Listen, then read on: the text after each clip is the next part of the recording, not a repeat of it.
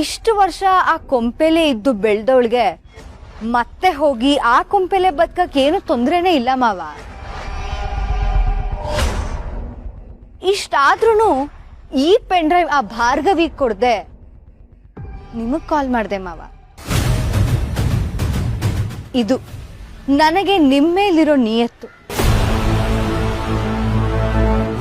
ಅಷ್ಟಕ್ಕೂ ಇಷ್ಟಾದ್ರೂ ನಾನು ಭಾರ್ಗವಿಗೆ ಕೊಡ್ಬೋದಿತ್ತಲ್ವಾ ಈ ಪೆನ್ ಡ್ರೈವ್ನ. ನಿಮಗೆ ಯಾಕೆ ಕಾಲ್ ಮಾಡ್ದೆ ಮಾವ? ಬ್ಲ್ಯಾಕ್ ಮೇಲ್ ಮಾಡ್ತಾ ಇದೀಯಾ? ಅಯ್ಯೋ ಇಲ್ಲ ಮಾವ, ನಾನ್ ಯಾವತ್ತಿದ್ರೂ ನಿಮ್ ಪರಾನೆ ಅಂತ ಅರ್ಥ ಮಾಡಿಸ್ತಾ ಇದ್ದೀನಿ.